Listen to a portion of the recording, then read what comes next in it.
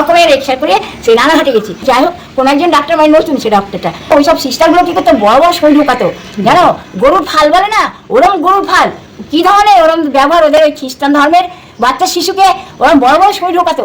ওই জন্য সেই বাচ্চার আমার ওই অবস্থা।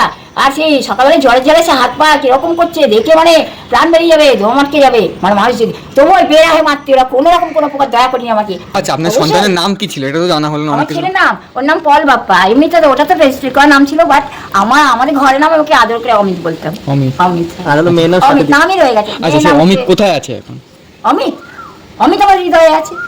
আচ্ছা, মানে আপনি জানেন এখন সে কোথায় আছে?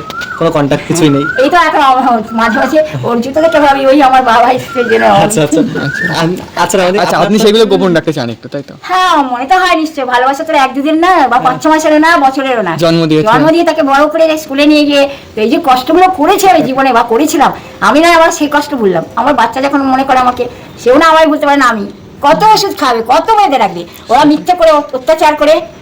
সেটাই বলো, আপনিও তাহলে কত জন্ম তাকে শেষ করবে, কত জন্মে তাকে হারাবে, সত্যি খুব কষ্ট কখনোই করেছেন। রাখতে পারে না। খুব বাজে মা একটা হয়, মাসি হয় না।